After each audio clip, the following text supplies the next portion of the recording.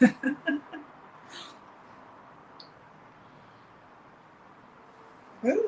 child.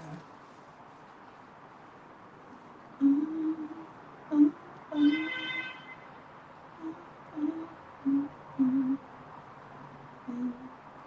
mm, mm, mm, mm. Hello. I hope you can hear me. Happy God, what day are we on now? Wednesday. Happy Wednesday. Hey, thank you for joining.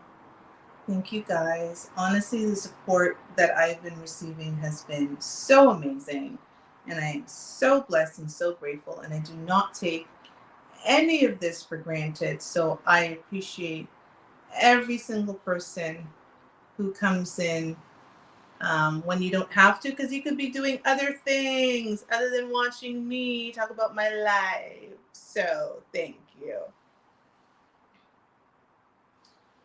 Okay, I am going to get started in a couple of minutes. This show will not be long. I actually took notes. I took notes for this one because, as you see from the title, 5 things I learned from my first date and other ish.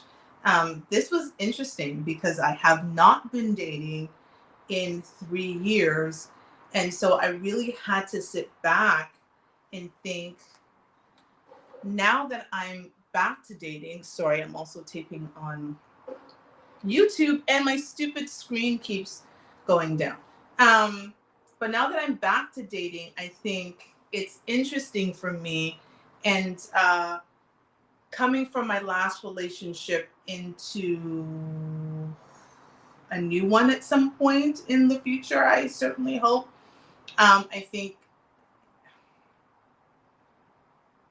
definitely think my past relationship spoiled me a little bit. I'm going to talk about that shortly, but going out on my first date since the breakup, the separation between me and my ex, was it wasn't awkward, um, but it was interesting. I don't think it was like awkward. Like I wasn't awkward. I'm a confident woman, so that wasn't the issue. But it was, I had been with the same person for almost 3 years, and to then go through this process to be chosen again, I think it was interesting for me because dating for me has always felt like a bit of a job interview, because that's what it is. It's like a selection process, and we all have to kind of go through the process, and you're putting out your resume essentially, and hoping it matches up to what the person's looking for, and then they whittle it down and you get to the short list, and then if you really like the person, you certainly hope you make it to the short list, and then you hope by the time it whittles down to you're the contender, that you and the person feel the same way, right? Because it doesn't mean that the person that you want, that they want you. And so dating is definitely a a interview process. It's a selection process, and it's one I don't enjoy. I actually do not like dating. I want to get straight to the relationship part of it. Like I want to get to the being together, kissing your face, loving you up, rubbing you down at night, taking care of you. Like, you know what I'm saying? Like kissing you in the morning when your breath is tart. Like I want to get to that stuff. Like the stuff in the middle, I can do it out. Like the what do you like? What are your interests? What do you do? Where did you go to school? What's your favorite color? Tell me about your family. Where do you see you in 5 years? I just want to go and just go to waking up beside each other and being in a relationship. But I know that that's not how it works. And so the 5 lessons I've learned um, from dating has really been interesting for me. Sorry, I'm gonna take this gum out of my mouth because I put it in earlier and now I need it out. Okay. So I am going to start with, and ignore the fact that I got socks on. I do not wear shoes in my house, even when I'm recording. It's a no. So the first lesson I learned from my first date is my last relationship with my ex prepared me for dating and simultaneously put me at a disadvantage. So I know that might be confusing for people, so I'm going to explain. So, throughout this show, which the ex and I did for almost 2 years together, there was a lot of things that we discussed because, again, we talked about changing the conversation around Black relationships. And one of the primary things that he used to say was, as women, we need to understand the difference between attention and intention. And that is something that I took to heart, right? I remember the first time my ex said it on the show, it was just like, wow, you are so right. Because I am a woman who's used to getting attention. I've never lacked in the attention department. But I recognize that I've always recognized not all attention is good attention. I obviously knew that. But when he really broke it down to, it's the men that are intentional about you, that show up, right?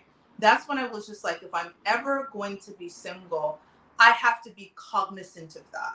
I have to be cognizant of the men who want me versus wanting this. Because this isn't me. It is the package in which I come in, but it isn't who I am in my entirety, right? There are aspects of me that are amazing, and there are aspects of me that need to be modified, right? That I need to compromise when I'm in a relationship, because when you're single, the way you move is very different than you do when you're in a relationship. Because when you're single, you're independent because you are solo, you are alone. And when you're in a relationship, you're interdependent because there are two people coming together. And so he's definitely prepared me for the fact that I am only interested in men who are intentional about me. And sometimes that's tough to um, figure out, because not everybody that comes with the full court press. As I said to someone the other day, like, some people are coming at me with a very, very full court press, and it seems nice. However, I know that there are levels to this shit, and so I need to sit back and see the levels to this shit. Now, the part where he, as I say, simultaneously, let me tell you exactly the words I just used, put me at a disadvantage, is this. My ex and I got into a relationship within 10 days of meeting. And we met virtually. So we were in a relationship before we actually met in person. We met virtually on October 18th. We were in a relationship on October 28th. And we did not physically see each other until, I'd have to look back at my flight records, which I don't know how, but it was like November the 11th, 10th, 11th, or 12th, like one of those days.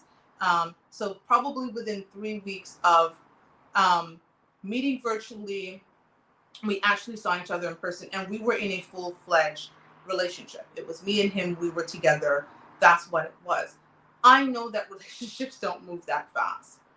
I know that. Like, I know that was us, and that's what worked for us. And it could have been because it was COVID. Like, there were many reasons why a relationship may have moved at lightning speed, but it did. And I spent almost 3 years with that person. And so here I am now, going through a different dating, because COVID dating is also, like, was different. Right, there are a lot of people who broke up in COVID, and there's a lot of COVID babies, and people got together, right? Like, so we did the whole COVID relationship, and it worked out, and it was beautiful while we were together. As beautiful as it could have been, despite some of the outside forces. But for us, it was beautiful. But I know that that's not the reality, and that's tough for me, because I want to get to the relationship. Like, I want to get past all of the superficial dating stuff, and I want to get to the being together part of it. And that's the part for me where I'm like, here I had, despite some of the things that we've since learned that, the ex has done, which again, that was after we were no longer together.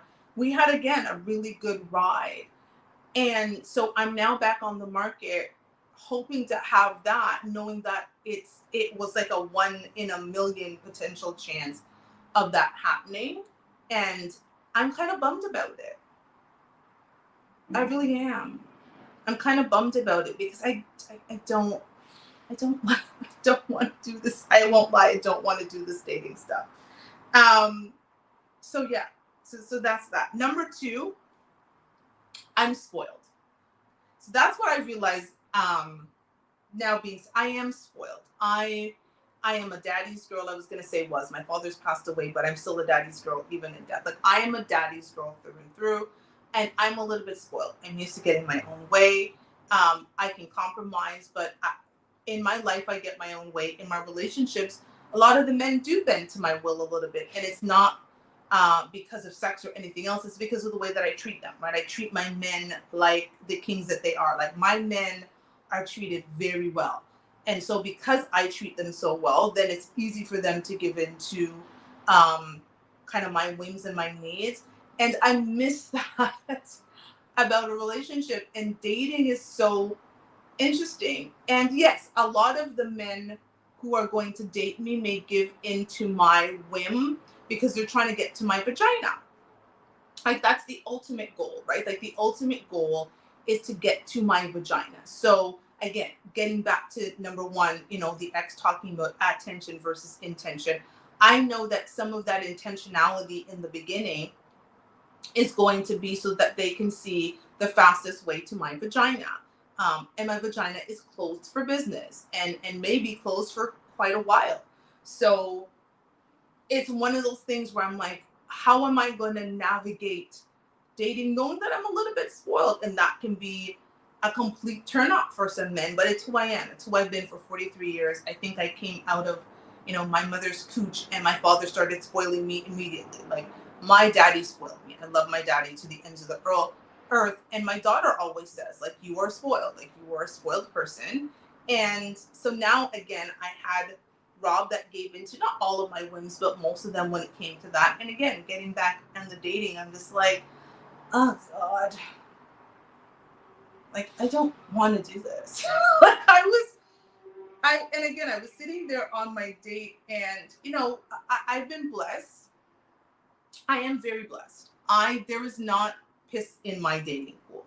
And I'm going to talk about that at the end of this segment for the ladies, right? Like, there's no piss in my dating pool. I don't. I rebuke it.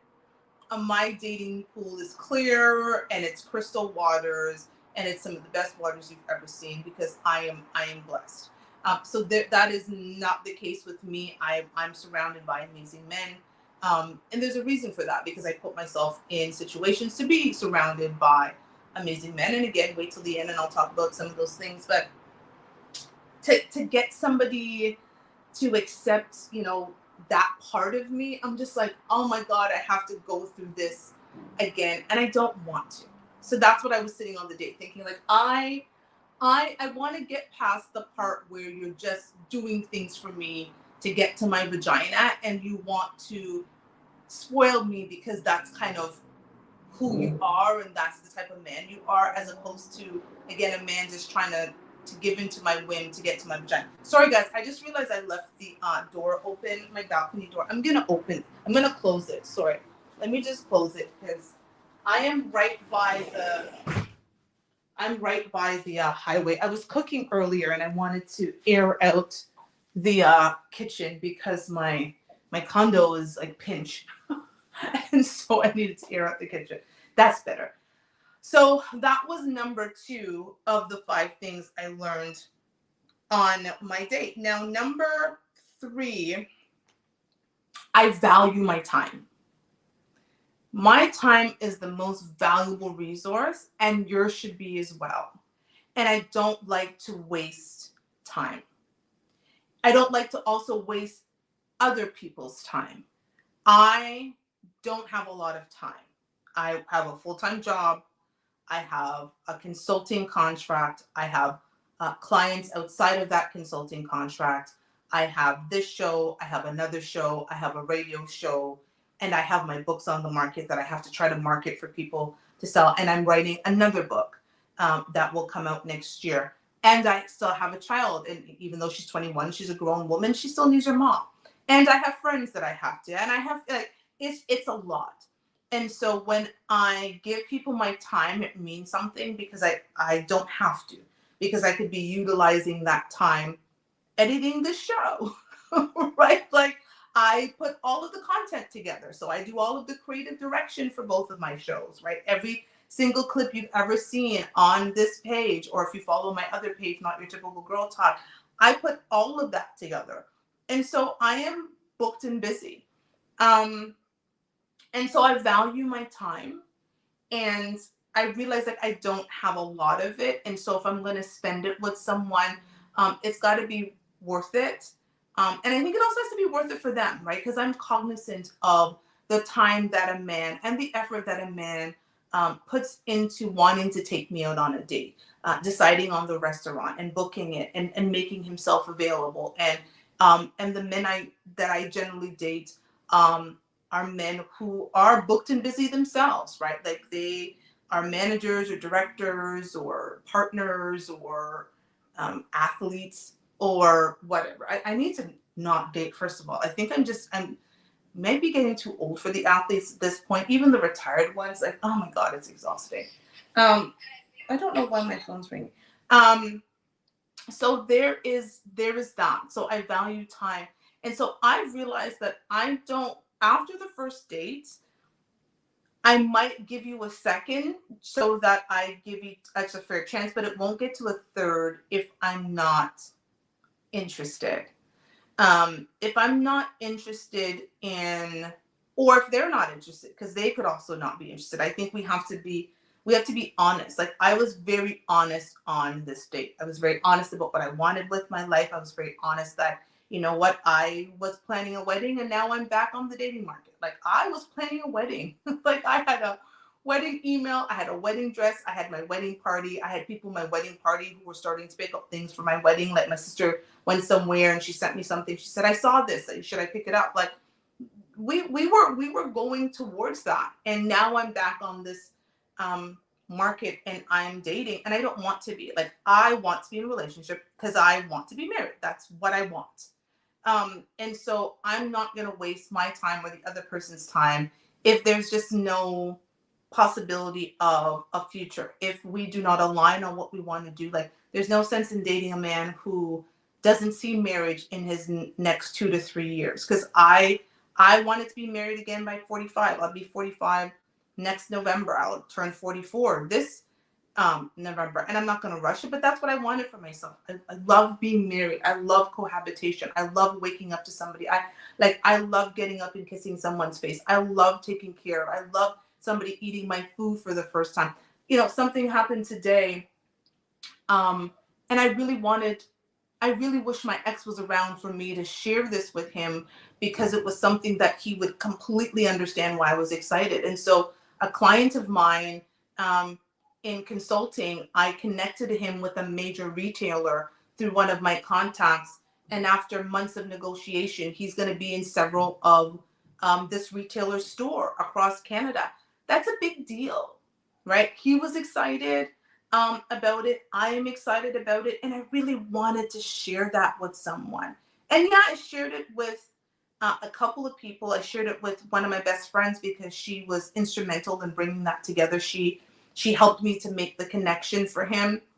And so I shared it to her, but I really wanted a partner to share that with, to understand that, you know, as a Black woman who's out there trying to do her thing and do a lot of it, and trying to help other Black entrepreneurs, because that's what I do. All of my clients are Black. I don't have clients of another race. I only work with Black entrepreneurs because I understand that their struggles are very different than the others, right? And the others have other people to help them.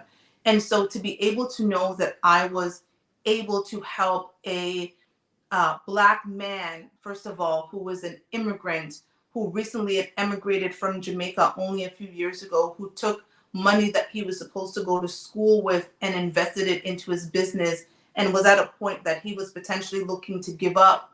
And to know that he looks at me and thanks me for believing in him, and he's able to walk into these stores soon and see his items there, like be able to go in, like that's amazing. And I was a part of that. He knows that. Like I walked him through the whole process. I made the connection. I did it. And I'm so proud of the work we were able to do together. I want to share that with someone. I want someone to be like, good job, babe. Right? You did it. This is amazing, right? Because I can choose other paths. There's other paths. I can work with other entrepreneurs, but I'm so passionate about working with Black entrepreneurs, and that, a lot of people have looked to me and be like, why don't you diversify? You've got so much experience. And I've been very clear. I want to work with Black entrepreneurs because that's my passion. And I've been able to be in rooms and sit in meetings that a lot of them haven't had the opportunity. And I've learned a lot to help them. So I want someone to be like, good job, babe. Like, you did it. Like, can't wait to hear what else is happening. And I didn't have that. And I wanted that. Like, I really, really wanted that. And so this dating stuff, like, I already know that if it's not going to go anywhere, I value my time in the other person's, so that I am definitely, not going to waste time. So number 4, this was an interesting one. And I mentioned it, I think, in number 2. But weeding out who's giving me attention versus who's being intentional may be trickier than I thought. However, keeping my legs closed will make it easier. So as much as the ex prepared me for the attention versus intention, at the end of the day, like I've said, I have a vagina. And I know that there is something it is something that men want. They want my vagina. It's a part of it. Like, we want money and men want vaginas. Like, let's just call it what it is, right? Like, the reason we're dating most of the same guys is because most of the same guys have the things that we are looking for. And the reason those men have options like me over and over again to go out with every night is because we want the things that they have and they want what we can give them. So that's just dating. And that song and dance can be tricky because, again, I just want to get to the relationship part. Like, I want to get to the waking up together, making him breakfast, wishing him well on his day, him doing the same, knowing when I have that big meeting or that big deal that I'm looking to close, and or I get that promotion, he sends me flowers to the office, or we go to dinner, or going on a trip, or whatever. Like, I want to get there. But I know, like, to get there, I'm going to have to swat off the men that are just looking for my vagina. And that's not as easy as we think it is, because there are men who will show up very intentional, but their intention is to get your vagina. Their intention is not to be in a relationship. Their intention is not for marriage. Their intention is not longevity. And it's up to us as women to decipher that, right? I'm never going to blame a man and say that he tricked me, unless he blatantly lies to me. Unless a man blatantly says, Toshiba, I want to be in a relationship with you. I want to be with you. You are the woman that I want. I see my life with you. I see my future with you. And then gets my vagina and is out. That's all on him. However, me saying I want something, so I'm very clear. I want a relationship. And so going around having sex with men who do not want relationships is counterproductive to me wanting to be with a man and be in a relationship. And so my legs are closed. I have not had any sex, since I left Phoenix, Arizona on March 14th, 2023. That was the last time I had sex with the man that I was with. And I had no intentions of having sex clearly again until he came. And had we not broken up, he would have been here like today or tomorrow. Like, that was my intent. And now that I'm not in that relationship and I know that that's not happening, my legs are closed. the man who I'm dating, that I'm interested in, he can have sex with all the women he wants. That's not my business. What a man does when he's not with me and not in a relationship with me is not my business. As I said on last week's show, even the men I was just with, not my business. When he's in a relationship with me, my business. And so I'm going to probably struggle with that a bit because of number one, because of the fact I got into a relationship with a man who was so intentional about me so quickly that, again, 10 days of just talking got us in a relationship. And it was 96 days before we were actually physically in the same home together. And that lasted for over 2 years. 2 years, 1 month, and 11 days is how long we lived together in a 2 month, 2 year, 8 month, and 2 day relationship. Like, most of our relationship was spent living together. We got straight to the meat and potatoes, and figured it out. And so for me, it's like, how do I evaluate a man's attention? On what scale do I do that? And I won't lie, it's not going to be easy, because, again, my heart is in a place where I'm like, oh my God, why can't I just get a man who comes in and is very clear about what I want, right? Like, he goes down his checklist and he's like, Toshiba is these things, and let's go after her, ready to go, right? Like, she is the type of woman who elevates a man's life, and that's what I'm looking for in my woman. And all of those things, and she checks all the check box, and she's amazing, and she can walk into any room with me, and she can smooch. You're like, I want a guy who's gonna say that. And he's like, bingo bango, let's be in a relationship. Not bingo bango, let me come lay down with you, and get into your vagina. So I won't lie, as I was sitting there, and I've got somebody who's, staring intently into my eyes, who's probably undressing me. And I get it. Listen, like, I get comments all the time, especially on YouTube, that I should stop talking because people are just paying attention to my chest. Well, my breasts, well, they're on my chest. So I don't get to move them, right? Like, I don't get to say to Sheba, you know what, you're going to be on Fuck Your Feelings today. And so you're going to take your breast off and remove them because you want people to pay attention to you. Right? So I know my reality is that, yes, when I sit down in front of someone, they see the physicality that is me, and that can be a blessing, but it can also be a curse. And it doesn't matter if I've worn dresses up to here, I still have this figure. It is what it is, and I'm blessed, thank you Jesus, and genetics. But I also know that that's going to maybe make it a little bit more difficult for me, and a little more trickier to see who is intentional. But again, it's not the man's fault if I don't do my homework. My ex used to say, and he said on the show, he's like, you need to find out everything you need to find out about a man before you have sex with him. Everything you feel you need to find out and he's like, whether that takes 12 hours, 12 days, 12 dates, 12 months, find out what you need to find out about that man before you lay down with him. Because after you lay down with that man, it's too late to be talking about, I want a relationship. Ladies, please remember that. You don't get the relationship after you've given up the cooch. Like, these idea of, I met him on the first date, he's so hot, he made my vagina sing, and my vagina was pulsating, and I had sex with him, and now I'm going to say, let's get in a relationship. You don't get to make demands after the vagina has been given. You get to say what you want very much upfront before you give up the vajayjay. And the man is either going to show up and be intentional about you, or he's not.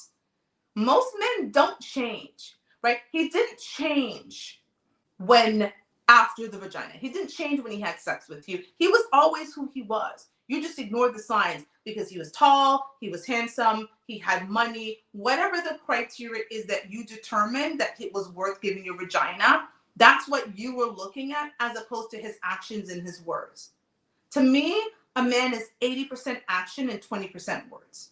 That's my 80-20. 80% for me is what you're doing. The 20% is what you're saying. Try that, ladies. Watch what the man does. Men, it's the same, because we show up. We show up as our representative as well, right? There are a lot of women who show up as their representatives. You don't have to tell the person exactly the ideal person that you're looking for, but tell them what you want. Tell them that what you're looking for. Because if you tell a man, I'm looking for a man who's going to send me flowers, I'm looking for a man who's going to text me or call me every day. There are some men who are going to do all of that until they get the vagina. And then they're going to ghost you. Because most men, as the ex would say, don't like to hurt women's feelings. So they're not going to say, you know what, I was only here for the vagina, or the box was trash, and so I don't want it anymore, or I, scratch the itch and moving on. Like, most men are not going to say that. So they're just going to ghost you. And then you're going to be mad and say, well, he was an asshole and he gaslit me and he was narcissistic. No, sis, you weren't to pay attention to the signs because you were caught up with the rose-colored glasses of what you thought you could be. And so for me, I don't have the rose-colored glasses. Like, I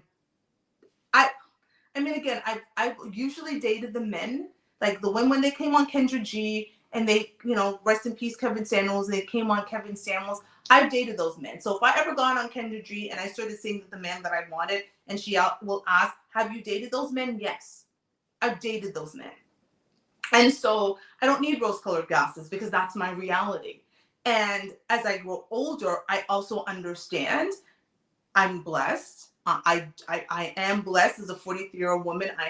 I'm very blessed that I continue to look the way that I look, and I'm in the shape that I'm in because, again, I meditate, drink water, work out, and mind my business.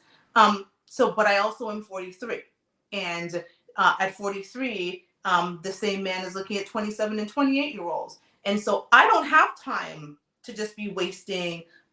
Waiting for a man to show up in the way that I wanted to show up. He's either going to do that for me or he's not. And going back to number 3, I value my time, so move on. The 5th thing I learned, and there's going to be a bonus. The 5th thing I learned is I'm a relationship person. I think I've been saying that. My phone is just going off tonight. Ain't nobody, like, this phone is so dry, but all of a sudden it's going off. I'm a relationship person. I'm not a dating person. I am not a situationship person. I'm not a booty call person. I'm none of that. Like, I am a relationship person. I want to share my good, my bad. I want to be my partner's rider. I don't ride or die, though. I don't know. There's no riding or dying over here. But I will be your rider. I will be in your corner. I will be your supporter. I will be your biggest cheerleader. Like, I am that woman. Like, I enjoy relationships. I also enjoy cohabitation. So I am that person, and going through this process, I'm just like, it's going to be exhausting. It's just going to be exhausting. Like, I almost wish that somebody would just, any of you, like, maybe this is an appeal. If you have a brother, uncle, dad, I don't know, god brother, co-worker that you think could be a good match for me, hook a sister up, because that's where I'm at. Like, I would rather someone just be like, hey, I think that you and this person would connect, and let me introduce you. We have a couple of phone calls, maybe go on a date, depending on where the person is. Maybe they fly in, maybe I fly out, something. But this process for me is not something that I'm going to enjoy because I'm spoiled.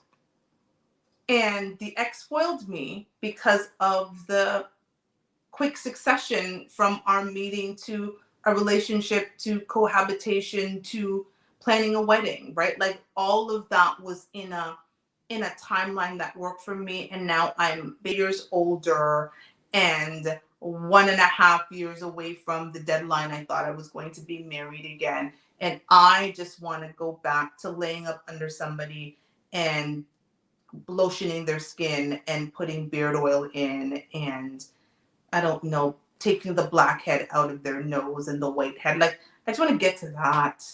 And let's just skip over all the other stuff. So if you know someone, I'm gonna hook a girl up. Hit me up, DM me. I'll let you know what my criteria is. I mean, you guys have seen my ex, so I think you probably know sort of kind of what my type is. Let a girl know, because I'm over this shit. And the bonus one, is, which I've mentioned before, but I will mention it again. The first date is an audition. It's an interview. It's an interview process. It's you're gonna go through, that person's resume. You're gonna find out, depending on how extensive the date is or how extensive the interview is, you're gonna find out about potentially their past relationship, their background, what they do for a living, where they see themselves, what their goals are, they ambitious, are they driven, have they been married before, what's their longest relationship, do they have children, how old are their children, maybe where they want to live in the world, what's their relationship with their parents, does she have good role models, does he have good role models, what was her relationship with her father, oh, she didn't have a father, are there men in her life, we're going to go through all of this. It is a vetting process. Dating, as much as people like it's supposed to be fun, it's a vetting process for me. It's a, do I want to do a second, maybe a third, is this someone that could be in my life long term? I'm not, and maybe I'm taking it as a wrong approach, but I'm 43. I don't have time to have fun. I can have fun in the relationship. I definitely am a fun date. I'm a fun time. Like my friend will tell you, I am where the party begins. However, I take this very seriously. Like, I am very intentional because I know what I want in my life. I know what I bring. I don't want to be out in these streets. My vagina isn't just out here to just collect. No. Okay. I don't want that. Like, that's not what I want for myself. So this is a serious process for me, but it's one that I don't want to do. I don't want to do it. I rebuke it. However, I know it's necessary. So I have to embrace it. And that's kind of the space where I'm at, is like, how do I embrace dating when it's the last thing I actually want to be doing? But I know it's necessary because I truly believe that the universe allowed me to let what I had go so I could receive what was for me. That relationship wasn't for me, and I wasn't for it. I wasn't for him either. We, again, spent some beautiful time together. I've learned so much out of it. I am so better prepared to be single than I was previously, before this relationship. I'm so much more prepared. I've grown as a woman. I've grown as a person. I'm going to give the next person even more love than I gave the ex, which is poor guy, because I know that he was stifled at times, but he loved it because he was spoiled. He was spoiled. I want to spoil somebody again. Like, I want to go through that entire process. And so I am going to have to embrace something I don't enjoy. So those were my 5 lessons plus a bonus. Now, ladies, this is for you. If your dating pool is full of piss, then you need to just go to another pool. There's not just one pool. There's a bunch of other pools. I do not have a dating pool, as I said earlier, full of piss, because I put myself in places where the men that I would like to attract are there. So if you want to attract a man who is cultured, who's refined, who's possibly well-traveled, who's into, I don't know, the arts, right? Then go to those places. So those men would be at museums, galleries, a film festival. Maybe there's a documentary. Like, I was just at a documentary event. I went to a place that they showed a bunch of documentaries.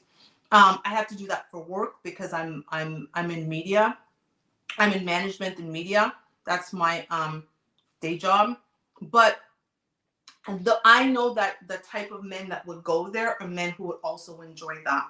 If you like to travel, join groups that have travel, right? You can go to different parts. You can go as a single person. You can grab a girlfriend and have double occupancy, but go into groups. Facebook has all of them. Like, they've got a bunch of them. You can go to Aruba. You can go to all of these different places.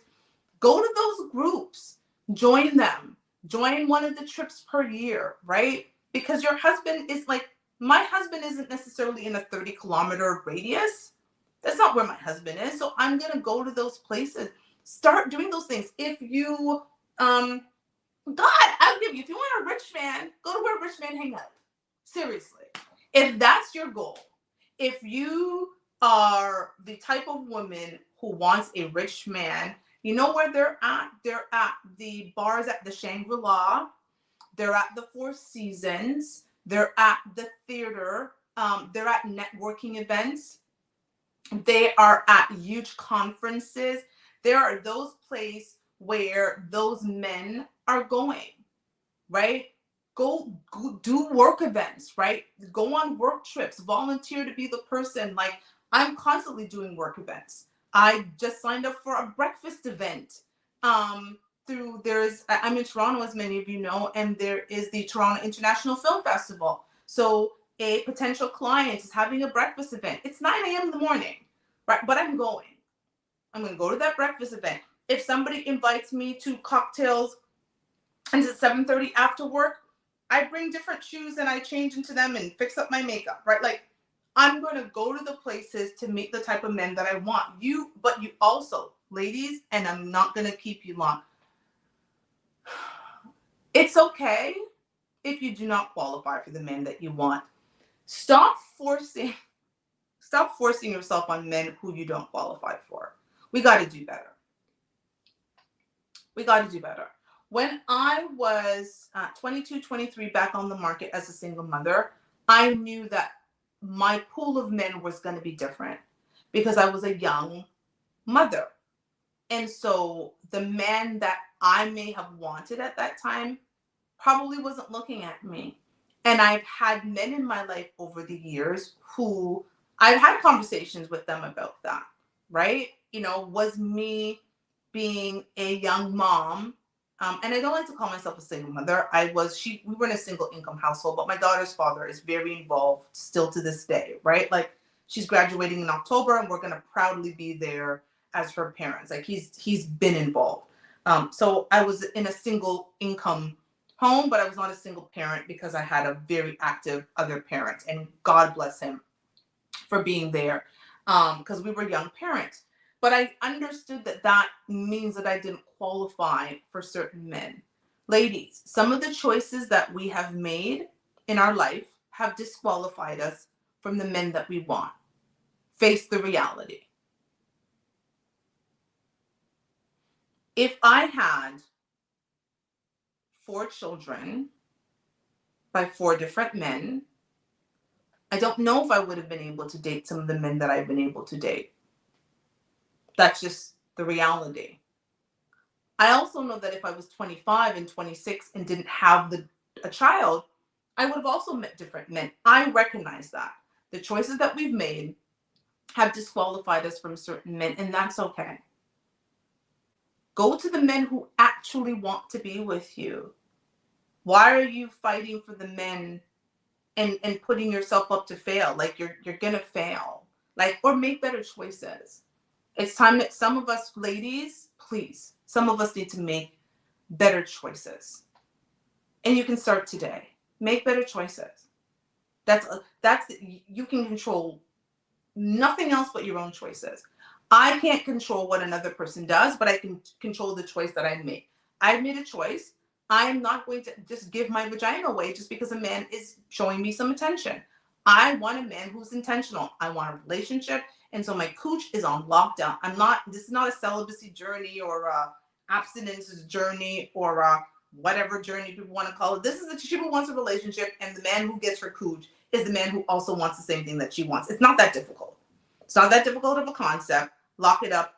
It is what it is, right? And what do I look like recently coming out of a relationship, just throwing my cooch around anyways? Like, and no one's doing this. But that's, a man can either accept that or he can't. And if he doesn't, bye. See you later. Right? It was fun.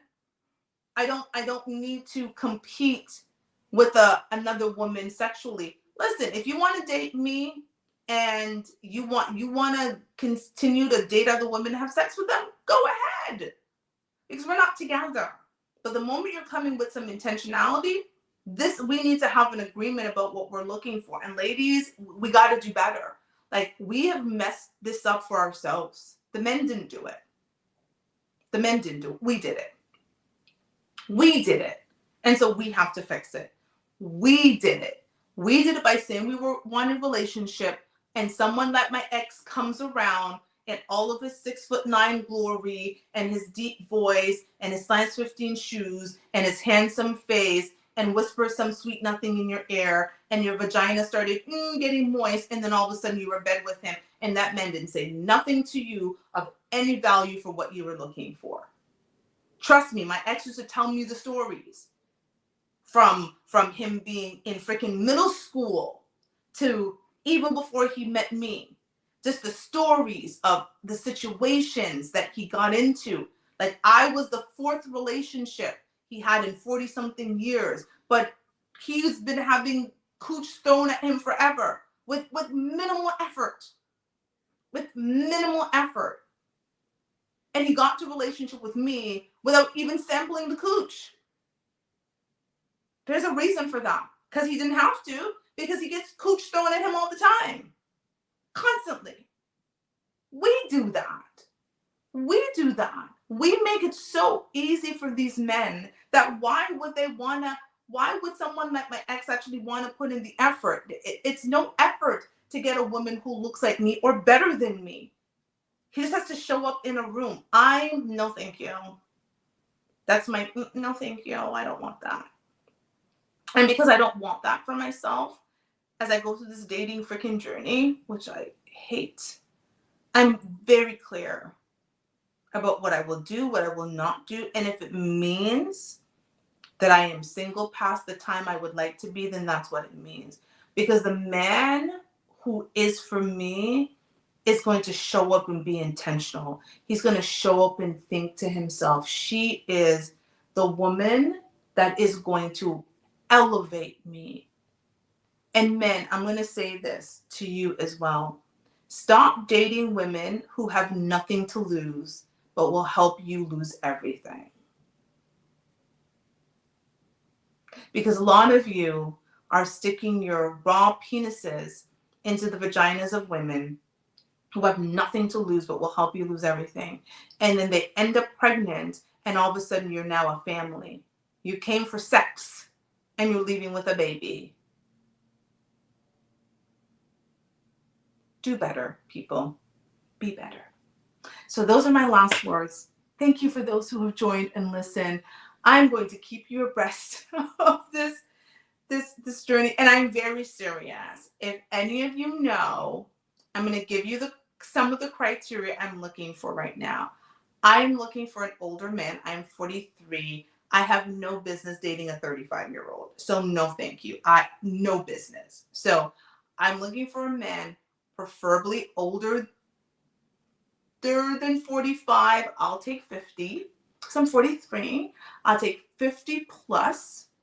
But if he's in the 45 to 50 range, will do. I don't do young kids, as we know. No, thank you. So preferably he has adult kids or kids about to be adults. So 16. I would prefer no more than 2 children.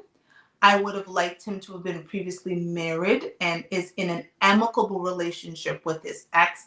I don't want no drama. I want it where me and this woman could sit down and have brunch if we ever got serious. Like, she and her new husband or her new man would be invited to our wedding. Like, I want that type of thing. I want peace. I don't do that. I want a man who's driven and ambitious. I want him to be intelligent. I love an intelligent man. Preferably he's well-read.